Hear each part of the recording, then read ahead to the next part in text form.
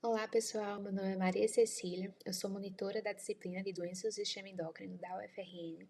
E hoje eu vim falar sobre a densitometria óssea e como vocês podem analisar e interpretar esse exame.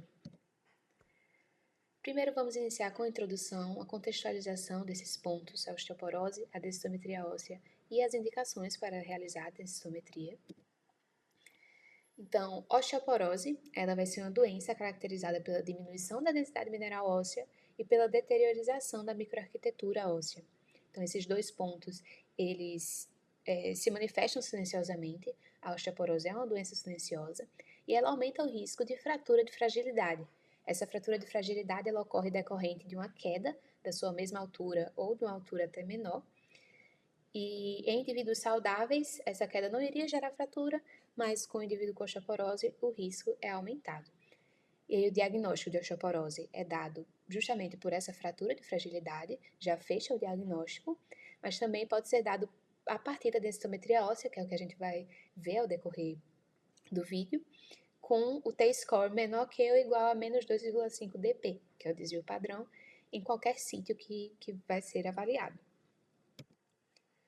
A densitometria óssea, ela é esse exame padrão ouro para diagnóstico de osteopenia e de osteoporose também.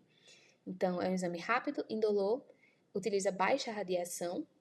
A radiação utilizada é o raio-x mesmo, a técnica DXA, que vocês vão ver aí escrito nos exames.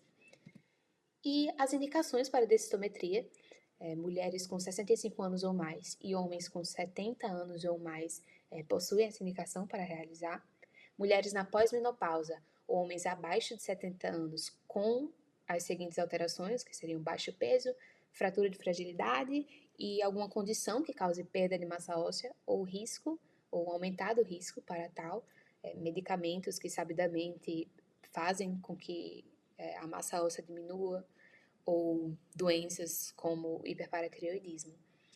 Mulheres na transição menopausal com fatores de risco para fratura também têm essa indicação. Adultos de qualquer idade e gênero com a fratura de fragilidade ou com a condição também que causa essa perda de massa óssea. Indivíduos que estão considerando terapia farmacológica estão nessa análise. Para monitorar também a resposta ao tratamento, ver a densidade mineral óssea ao longo do tempo. E mulheres que descontinuaram a terapia estrogênica justamente por esse fator de risco. E aí vamos agora ver quais são os sítios anatômicos avaliados e os posicionamentos adequados dessas estruturas anatômicas. Primeiro vamos ver a coluna lombar, ela é avaliada de L1 a L4, e como vocês podem ver aqui, nessa imagem de exemplo, o posicionamento adequado, ele vai ser avaliado a partir das linhas que precisam passar entre os discos vertebrais, certo? Tem que estar aqui bem posicionadas as linhas, e a coluna precisa estar centralizada no exame.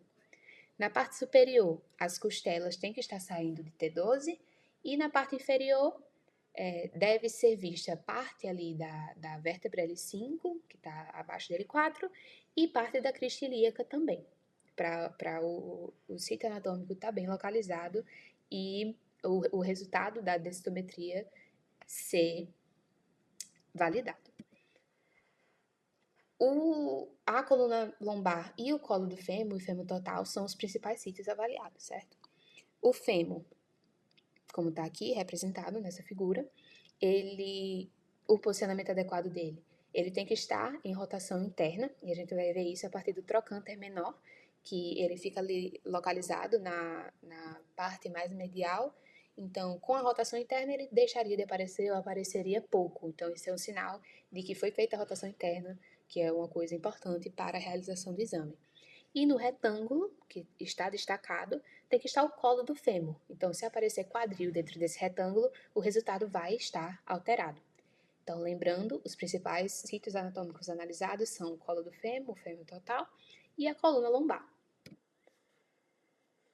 O outro sítio anatômico que pode ser utilizado é o rádio distal, o rádio 33, como também é chamado, e ele pode ser utilizado em situações específicas, em que os outros sítios são limitados, não conseguem ser utilizados, e no hiperparatireoidismo também.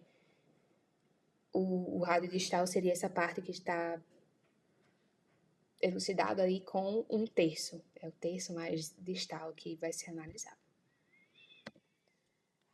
E também é feito o corpo total em indivíduos com menos de 20 anos, certo? Então, indivíduos de menos de 20 anos é realizado tanto o corpo total quanto da coluna lombar. E agora vamos para os números na densitometria.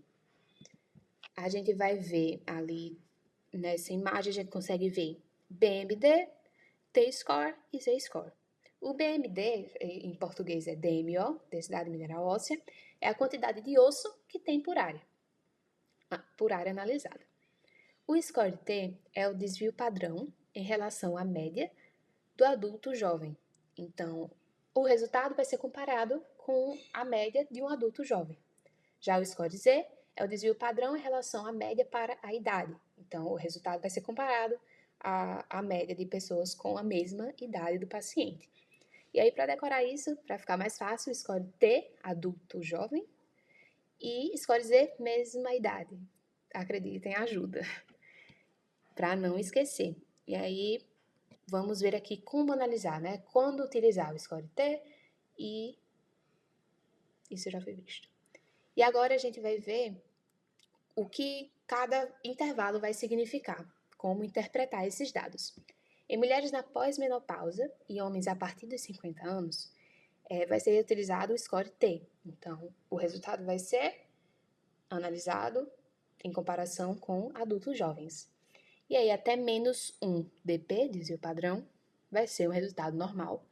De menos 1 até menos 2,5 dp, osteopenia. E a partir de menos 2,5 dp, osteoporose. Então, o diagnóstico, como a gente tinha visto lá no iniciozinho, a partir de menos 2,5 dp já vai ser osteoporose. E em mulheres na pré-menopausa e homens abaixo dos 50 anos, vai ser utilizado o Z-score, que aí vai ser, então, comparado com indivíduos da mesma idade. Até menos 2 dp vai ser um resultado normal, e a partir de menos 2 dp é baixa massa óssea. Aqui, ficar atento a isso. Não vai ser mais osteopenia. Osteopenia é baixa densidade mineral óssea. Aqui, a gente não tem o diagnóstico de osteopenia, tem o diagnóstico de baixa massa óssea. E a partir de menos 2 dp, com a fratura de fragilidade, aqui já entra a fratura de fragilidade para dar o diagnóstico de osteoporose em mulheres na pré-menopausa e homens abaixo de 50 anos. E aqui é importante prestar atenção quando a gente vai analisar a coluna lombar, certo? De L1 a L4. A gente vai olhar aqui na sequência L1, L2, L3, L4, se houver uma diferença maior que menos 1 dp, no caso o módulo, né, ali maior que 1, entre vértebras adjacentes, deve-se excluir a vértebra com melhor densidade. Como assim? A gente vai sair comparando L1 com L2, se a gente vê uma diferença maior que 1, a gente vai olhar qual tem melhor densidade pela BMD ali e excluir a que tem melhor densidade e fazer assim sucessivamente. Comparar L2 com L3, L3 e L4. Isso aqui a gente não vai analisar agora porque vai estar um pouquinho mais à frente, certo? E com essas exclusões, se houver apenas uma vértebra restante, a gente não vai poder analisar a coluna como sítio e a gente vai pular para o rádio distal, como a gente viu lá no início do vídeo. E aí vamos analisar uma densitometria. Aqui é um checklist rápido, a gente não vai olhar apenas para o laudo, que geralmente é a primeira página que aparece no exame, a gente vai olhar o que foi feito, né? As imagens que eu mostrei e os resultados, os números. Nós mesmos temos que olhar, não seguir apenas o resultado, porque ele pode vir também errado. Então é importante fazer essa análise antes de olhar apenas o laudo. E confirmar o nome, sexo e idade, até porque isso vai ser utilizado, além de ser uma identificação do paciente, vai ser utilizado para saber se é o T-score utilizado, se é o Z-score utilizado. E aí verificar os sítios anatômicos e se eles estão bem posicionados e analisar os resultados por final.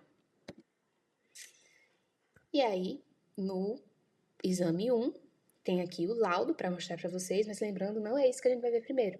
Primeiro vamos ver a densitometria óssea, realmente, os resultados.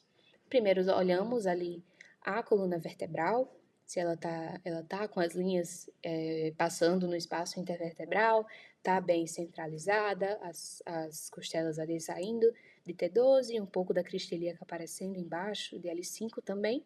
Então, vamos passar para análise. Esse aqui é um caso, eu não coloquei, mas é um caso de uma mulher que já passou da menopausa, então vamos analisar o T-score. Vocês podem até pausar o vídeo, analisar por si só, mas vamos continuar aqui. A gente vai primeiro ver, comparar se a gente precisa excluir alguma vértebra. Então, L1 está menos 1,4, L2 menos 1,5, então tá tudo ok, não tem uma diferença de um ponto. A L3 menos 1,1, L4 menos 1,9, então tudo ok, não precisa excluir nenhuma vértebra. Aqui lembrando que o que a gente vai olhar é o conjunto de todas. No final, o T-score é o conjunto das vértebras de L1 e L4. E aqui deu menos 1,5. Então, lembrar lá daquele quadrozinho, esse score vai ser de osteopenia, não osteoporose. Osteopenia porque vai de entre 1 e 2,5. Passando aqui para o fêmur, se ele está bem posicionado, ele está rotado internamente, o retângulo está no colo do fêmur apenas. E aí, para analisar, aqui é separadamente mesmo, o colo e o fêmur total.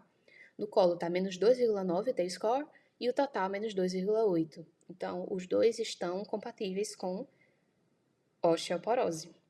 Então, basta um sítio com osteoporose, com a denominação de osteoporose, para a pessoa ser diagnosticada com osteoporose, certo? Então, olhando de novo o laudo, né? Voltando agora para o laudo, aqui ele vai estar descrevendo o que a gente viu e os resultados. Baixa densidade mineral óssea, aqui não confundir com o que a gente viu no T-score, que seria no Z-score, perdão, que seria baixa massa óssea. Aqui é baixa densidade mineral óssea mesmo, de osteopenia. E no colo do fêmur, fêmur total, osteoporose. Pressão diagnóstica, osteoporose. Isso mesmo que a gente viu. E o próximo caso, esse aqui eu consegui colocar os dados, né? É uma mulher de 88 anos. Então, aqui, a gente vai olhar se está centralizado, as linhas passando nos espaços intervertebrais e passar para análise. Aí, de novo, utilizando o T-score. L1 está menos 2,7, L2 menos 3,6. Daqui dá diferença de 0,9, então tá dentro, tá ok. L3 menos 3,2, aqui é diferença de 0,4, e L4 menos 1,5. Quando a gente vê de L3 para L4, tem uma diferença de 1,7. Então, aqui a gente vai ter que excluir a vértebra com melhor densidade mineral óssea, que aqui no caso é L4. Então, quando a gente vê a última classificação é L1, L3, no caso L1A, L3 foi excluído a L4, como a gente viu o porquê, né? Então, L1A, L3, menos 3,1 T-score. Então, já dá osteoporose. E, olhando o colo do fêmur, novamente, rotado internamente, com o retângulo pegando apenas o colo do fêmur. E aí a gente vai ver o T-score, novamente, colo, menos 2,5 e total, menos 2,5, ambos sendo considerados como osteoporose também. E o laudo dizendo basicamente as mesmas coisas e compatível com a osteoporose. Aqui nesse laudo é importante também prestar atenção que eles especificam qual é o equipamento utilizado. É importante que lembre que uma das indicações da densitometria óssea é avaliar, comparar uma densitometria com a realizada no outro ano e assim por diante. E é importante que esses resultados eles só sejam comparados com máquinas do mesmo tipo. Então, o equipamento lunar vai ter que ser Lunar Prodigy, Advanced, tem que ser comparado com o mesmo equipamento. Então, tem que ser a mesma máquina para você conseguir ver essa progressão. E o FRAX. Esse FRAX eu vou falar um pouco mais adiante, mostrar para vocês o site, ver como ele é feito, o que é o FRAX e como ele é utilizado, para que ele é utilizado. O FRAX vai ser uma calculadora que ela consegue calcular a probabilidade de fratura nos próximos 10 anos e também auxilia na decisão de se vai instituir um tratamento farmacológico para uma pessoa com osteopenia. Então, saber se vai instituir o tratamento farmacológico na hora, se pode esperar para outras avaliações, ver como se dá essa progressão do paciente. Então, ela é disponível no site da Abraço, da Associação Brasileira de Avaliação Óssea e Osteometabolismo. É a primeira que aparece quando vocês pesquisam FRAX no navegador. Então, a primeira etapa é preencher esse questionário. Eu vou preenchendo com alguns dados fictícios mesmo, só para vocês terem essa visualização. Aqui são fatores de risco, certo? Fratura prévia, pais com fraturas de quadril, tabagismo atual, glicocorticoides, artrite reumatoide, osteoporose secundária, álcool e, no caso desses fatores de risco, vocês conseguem ler um pouquinho aqui nesse linkzinho, aparecem falando sobre como que eles foram, como e por que eles foram adicionados, né, aqui. E a densidade óssea do colo do fêmur, não necessariamente você precisa colocar, porque é só se você realmente tiver a densitometria óssea em mãos. A partir daqui a gente calcula e ele vai dar esses índices aqui, que vocês vão utilizar na próxima etapa, certo? Aqui é de fraturas maiores, deu 1,1, e fratura de quadril deu 0,1. A idade que eu coloquei foi 54, feminino, e não realizou a densitometria óssea. Essa aqui é só para ver uma tabela de ajuste de probabilidades, explicando um pouco como é feito esse ajuste a partir de se eu colocar aqui sim na fratura prévia, entendeu? Se tiver fatores de risco incluídos. Aqui vocês apertam calcular e ele vai dar esse gráfico. O site é bem intuitivo. Então, aqui deu baixo risco, a gente vai ver lá embaixo que baixo risco é um baixo risco para fraturas maiores ou de fêmur proximal. Então, a instituição terapêutica medicamentosa não vai ser necessária, mas claro que tem que continuar sendo reavaliado periodicamente, como todos os outros casos. Aqui apareceu essa zona amarela porque a gente não colocou a densitometria óssea. Se a gente tivesse colocado, ela não existiria. E o que ela representa? Ela representa essa área que, se o paciente estiver nessa área, ele vai precisar realizar uma densitometria óssea porque os dados eles não foram suficientes para indicar a terapia medicamentosa. Então, tem que realizar a densitometria óssea para realmente saber. E as zonas vermelhas é de alto risco e muito alto risco, e recomenda, na verdade, a instituição de tratamento farmacológico, e aqui recomenda-se fortemente. Então, o Frax vai ser essa ferramenta para guiar um pouquinho mais vocês nessa hora de saber se institui um tratamento ou não, saber o risco que o paciente tem de uma fratura. Muito obrigada pela atenção, espero que essa revisão, né, essa aula tenha ajudado vocês de alguma forma.